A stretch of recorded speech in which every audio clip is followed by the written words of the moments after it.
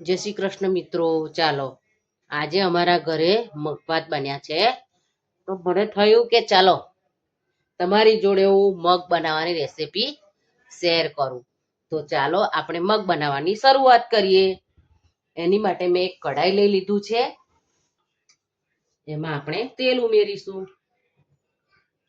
આપણું તેલ થઈ ગયું છે. મરચું ઉમેરીશું, સૂકું તમાલપત્ર ઉમેરીશું, આપણે રાઈ ઉમેરી લઈશું, ડુંગળી ઉમેરી લઈશું. આપણી ડુંગળી સંતળાઈ ગઈ છે. આપણે ટામેટું ઉમેરી લઈશું, હલાવી લઈશું. આપણે લીમડી ઉમેરી લઈશું. મગમાં લીમડીનો સ્વાદ સરસ લાગે છે એટલે તમે લીમડી ચોક્કસ ઉમેરજો. આપણે 1 ચમચી આદુ મરચાં લસણની પેસ્ટ ઉમેરીશું અને સાંતળી લઈશું. હવે આપણે બધા મસાલા કરી લઈશું. ચમચી લાલ મરચું પાવડર ઉમેરીશું, હળદર ઉમેરીશું, 1 ચમચી ધાણા જીરું ઉમેરી લઈશું. બરાબર મિક્સ કરી લઈશું. આપણે એમાં થોડું પાણી ઉમેરીશું જેથી કરીને મસાલા સરસ રીતે સંતળાઈ જાય અને બળી ન જાય. હવે આપણે એને ઢાંકીને 2 મિનિટ માટે થવા દઈશું.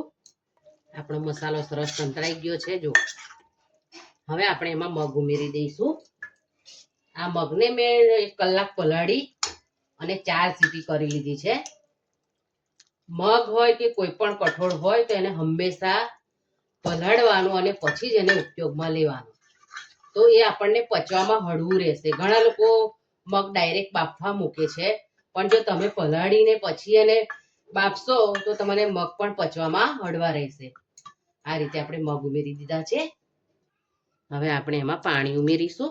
ટેસ્ટ મુજબ મીઠું ઉમેરીશું. આપણે પહેલા ઉમેર્યું છે, બાફવામાં પણ ઉમેર્યું છે, એટલે ચાખી અને પછી મીઠું ઉમેરવાનું છે.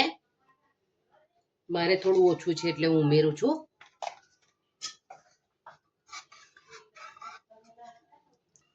આપણે ગોળ ઉમેરી લઈશું 1 ચમચી. તમે ગોળ ખાતા, અમારા ઘરે ખાટા મીઠા ખવાય છે મગ, એટલા માટે મેં ગોળ ઉમેર્યો છે. તમે ના ખાતા હોય તો તમે સ્કીપ પણ કરી શકો છો. હવે આપણે એને થવા દઈશું થોડી વાર માટે.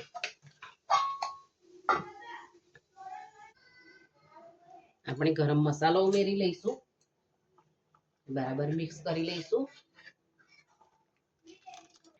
તો આપણા મગ તૈયાર થઈ ગયા છે. હવે આપણે એમાં લીંબુનો રસ ઉમેરી દઈશું.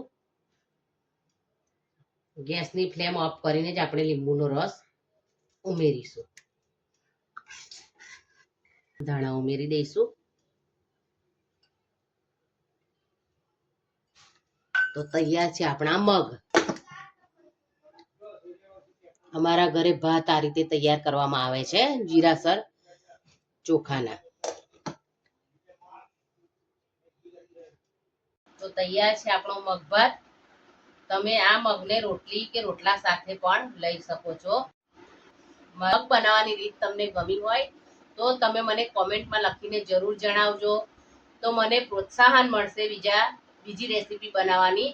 અને બેલ આઇકનને પ્રેસ કરજો તો તમને મારા બીજા વિડીયોની નોટિફિકેશન મળતી રહેશે. દરેક વિડીયોમાં તમે સપોર્ટ કરો છો, એવી રીતે આગળના દરેક રેસીપી બનાવવાના વિડીયોમાં તમે મને સપોર્ટ કરતા રહેશો તો મને ખૂબ ગમશે. Thank you.